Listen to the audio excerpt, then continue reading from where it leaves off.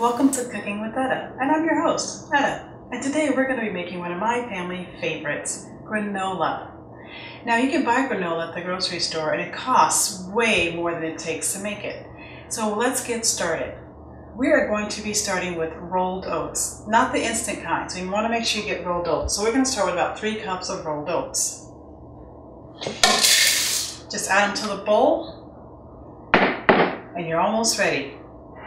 Next, I'm going to add all my dry ingredients. So I've got about 3 cups of brown sugar. Just dump that right on in there.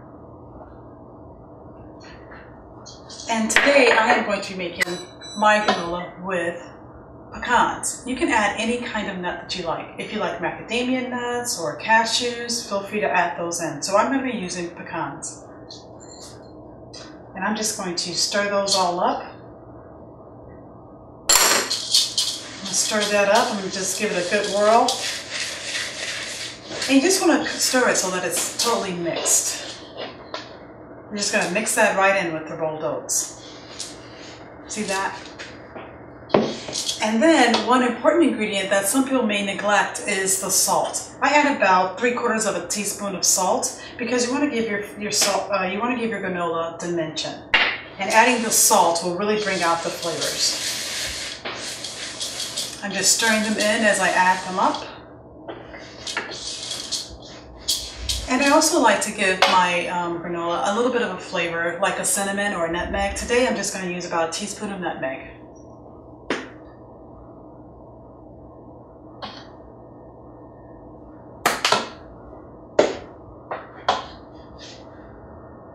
I'm just going to stir that all in. Now that I've got all my dry ingredients together and give them a good stir, next I'm going to add my wet ingredients. And for the wet ingredients, I have a 1/4 cup of canola oil, a 1/4 cup of maple syrup, and you can substitute for honey if you like, or you can substitute for agave. But what's most important when you're making granola is to make sure that you keep the ratio of wet to dry. Okay, that's all stirred in and mixed.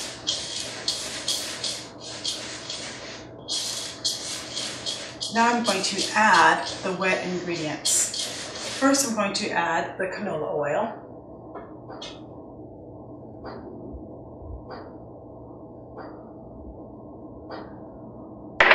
Next, the maple syrup.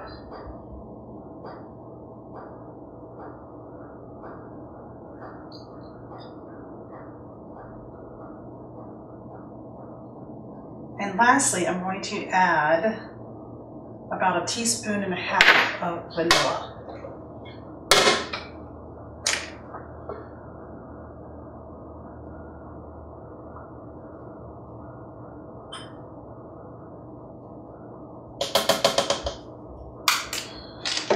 And that will give a really good aroma.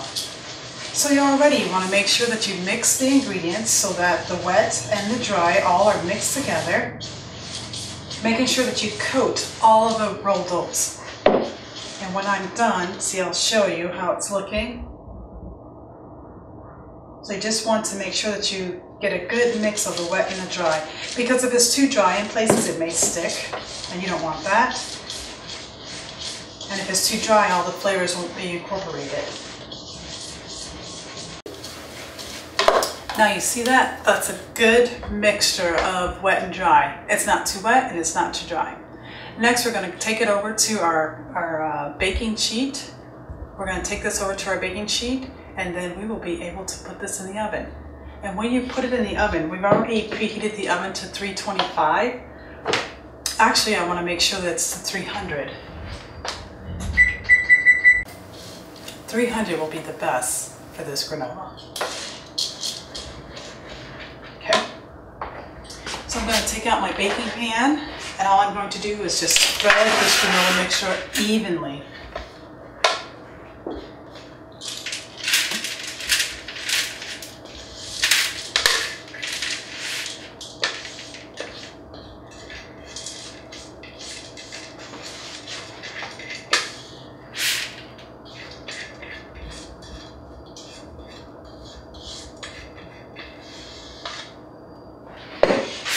So I'm just spreading out the granola. If you want to make it in clumps, if you just press down a little bit on the granola, it'll make little chunks of granola.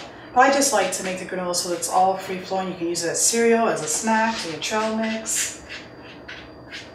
It's simple and it's easy, and it's healthy. You can make the ingredients healthy for your family.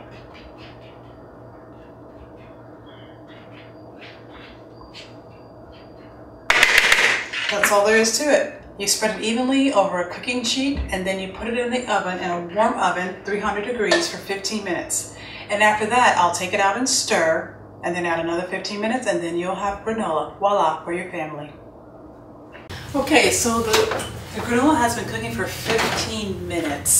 So I'm gonna just take it out, and look at that wonderful golden color. So I'm just gonna stir it up.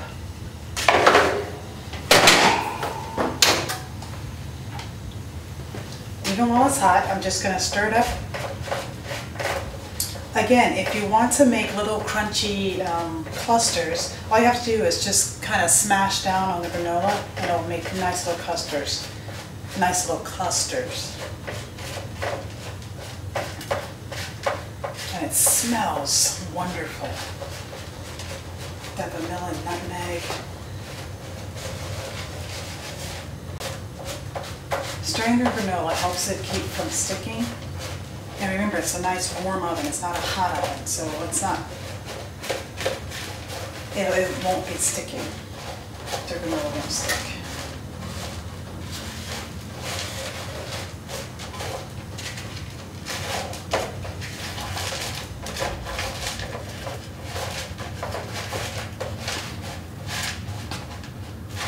After I stir it, I just spread it out evenly again.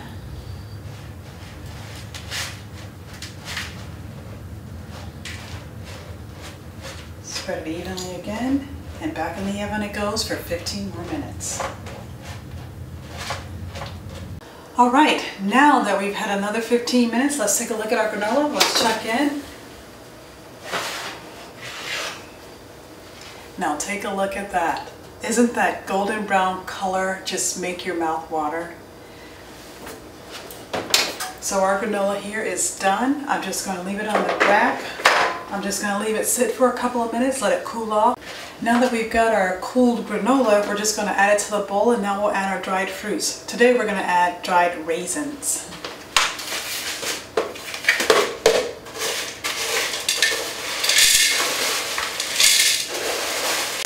I like to add it to a nice wide bowl to make sure that everything comes out of there.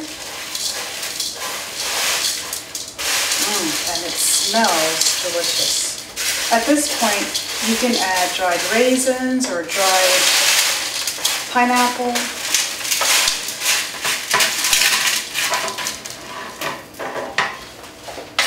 Whatever you like. I add about 1.5 cups, and you hear that nice sound. You know that this granola is very crispy. So I'm just going to add about I'm just going to add about a 1/2 cup of raisins. Stir those up in there. It's ready to eat and it's ready to store.